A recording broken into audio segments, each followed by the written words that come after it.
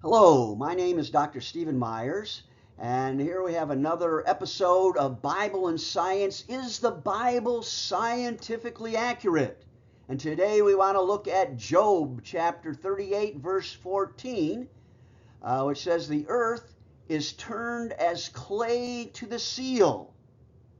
Does this mean that the earth is rotating around? And we want to look at this verse to see what it means.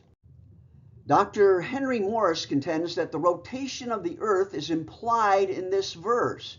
He says, quote, "The figure in context is of a clay vessel being turned on a wheel to receive the design impressed upon it by a seal or signet."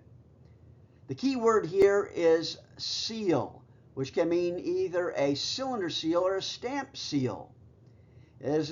It is not talking about a clay vessel being turned on a potter's wheel. And down in the corner on the right here, we have a Hezekiah seal. It's just a recreation of it.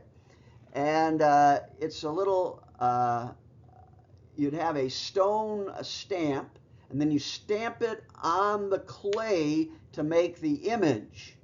The other is a little cylinder seal, which you'd roll out on the clay, and then it would have its image impressed on the clay, and then the clay would dry.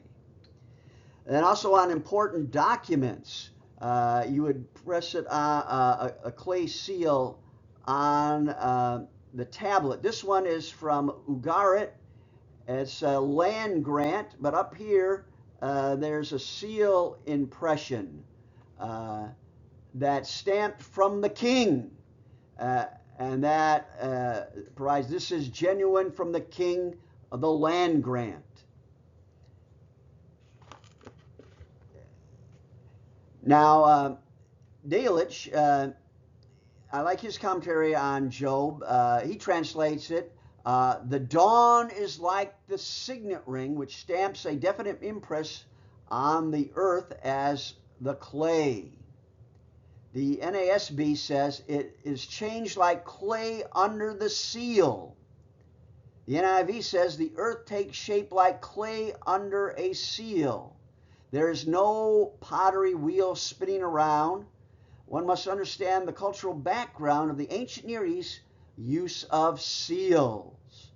So it's talking about these different seals here that we want to take a look at. Here we have a potter's wheel. It might be similar like it was in ancient times. You have a big round wheel at the bottom where your feet would go, and you use your feet to turn this wheel around. And then on the top you have a little platform where you put the clay, and you would mold the clay there while your feet are spinning the wheel. Probably the most famous seal in the Bible is the 7 seals of the book of Revelation. So you'd have a scroll like you see in the picture here, and then there would be tied around, and then clay would be put on that rope, and then you stamp a seal on it, and that clay would harden, and the only way you could open that up was to break the seal. And on this one you have the 7 seals, as in the book of Revelation. Then you have other seals on the bottom right here. They're made of different stones, and one's even put in a ring.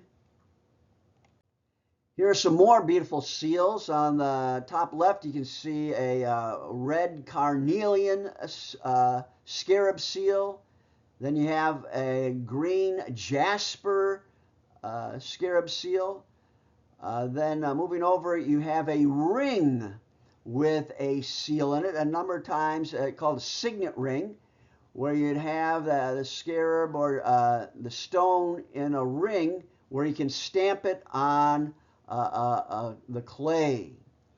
And then at the bottom here we have a necklace with it's a heart scarab here that you'd wear, and it would protect your heart.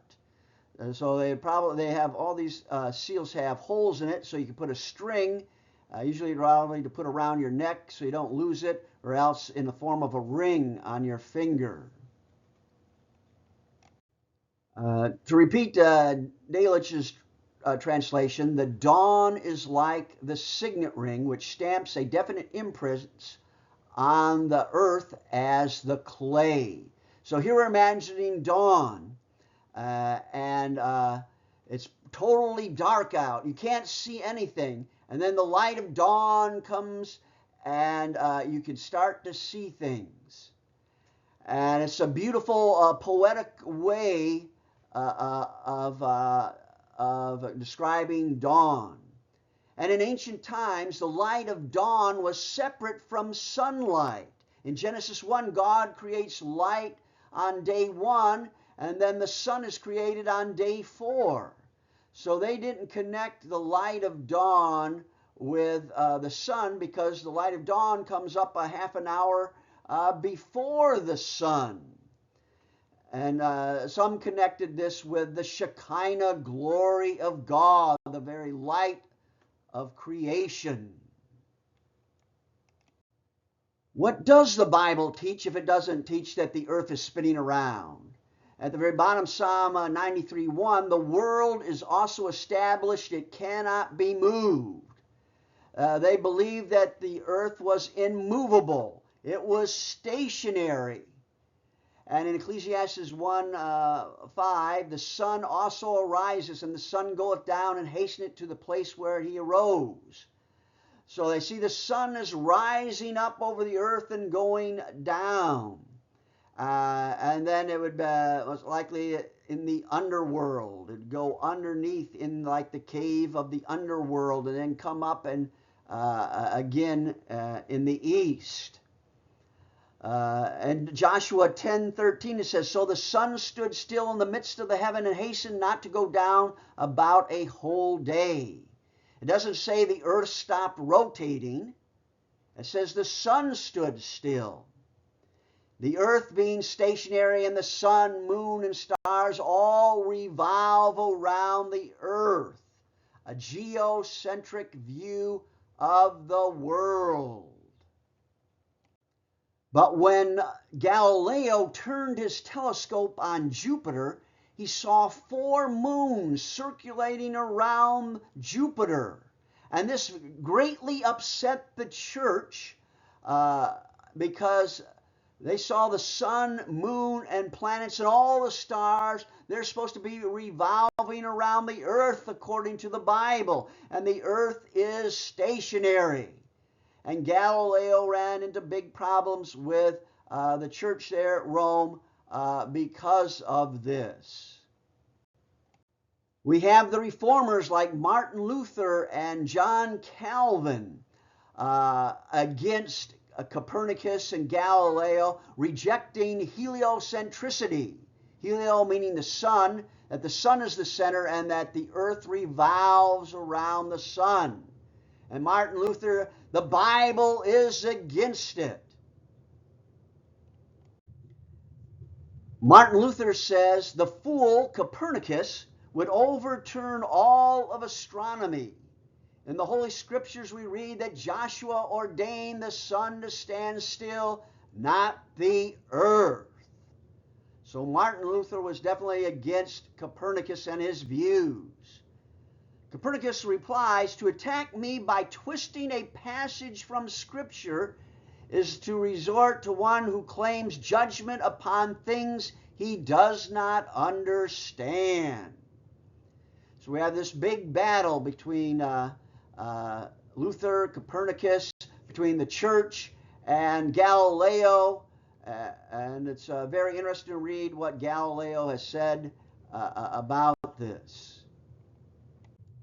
2 Timothy 3:16 and 17 says, all Scripture is given by inspiration of God and is profitable for doctrine, for reproof, for correction, for instruction in science, in the area of geology, biology, chemistry, and astronomy, that the man of God may be perfect, thoroughly furnished unto all good works. Is that what it says in 2 Timothy? It says instructions in righteousness. Not instruction in science or geology or biology or chemistry or astronomy. It says for instruction in righteousness. It's a spiritual book, not a science book. So we can see then in Job 3:8-14, the earth is turned as clay to the seal, does not mean the earth is rotating around.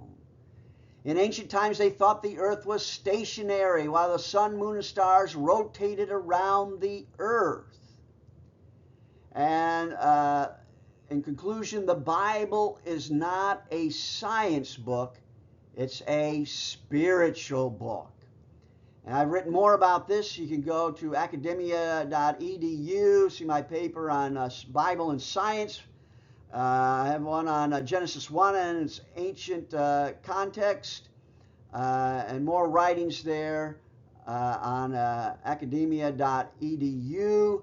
I'll put the links at the bottom, so you can always click on that and go for more information. And our website, BibleandScience.com. Don't forget to subscribe, ring the bell, because we have more movies and videos on the way. Thank you.